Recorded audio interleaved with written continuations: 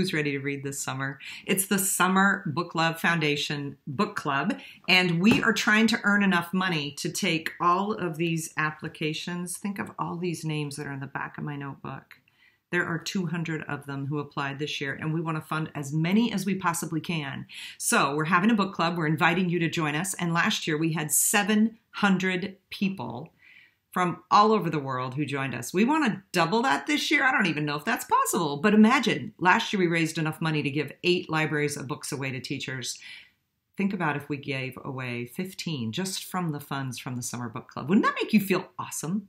Plus, one of the books I chose, 180 Days, which I wrote with my co-author Kelly Gallagher, all of the royalties that I would earn on this book, I'm giving to the Book Love Foundation this summer because I'm so determined that teachers begin a conversation about the thinking that we did for this book.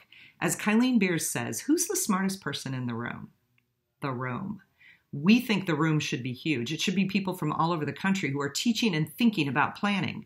This book is about making decisions about planning, and we think we're going to get smarter if we talk about those decisions with you. So we're going to host a couple of Facebook Live events where we can talk to you.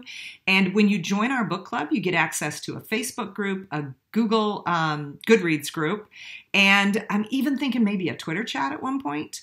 We want to invite you into as many ways as you can to get involved with colleagues who are thinking about this teaching really deeply. We're also going to read 3 books that you can take into your classroom. We're going to read in 3 different genres. My goal this summer is for us to really think about how do we read in different genres, and then how do we take that lesson of what we learned as we thought deeply about how to make meaning across 3 different kinds of texts, and take that thinking into our classrooms and help our teachers be more strategic about how they read and how that reading changes based on the text. So we're going to read 1 book of nonfiction, 1 book that's a memoir in verse, and 1 book that is fiction, but it's a 2-narrator story. That book is I'll Give You the Sun by Jandy Nelson. You probably know how much I love The Sky is Everywhere. I loved I'll Give You the Sun because not only did it win a Prince honor, no, it won a Prince Award, but it has these 2 characters, and as the arc of the story develops, their 2 positions in that story develop as well. And I want us to think about how do we keep track of our thinking across this huge narrative over time.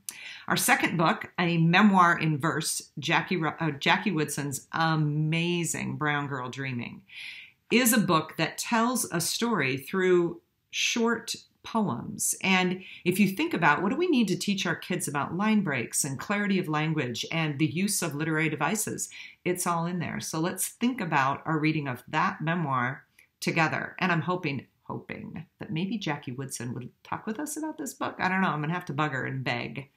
Third, we're going to read a book of nonfiction by Brian Stevenson, someone I greatly admire. He wrote a book called Just Mercy, which is about the racial injustices in our prison system.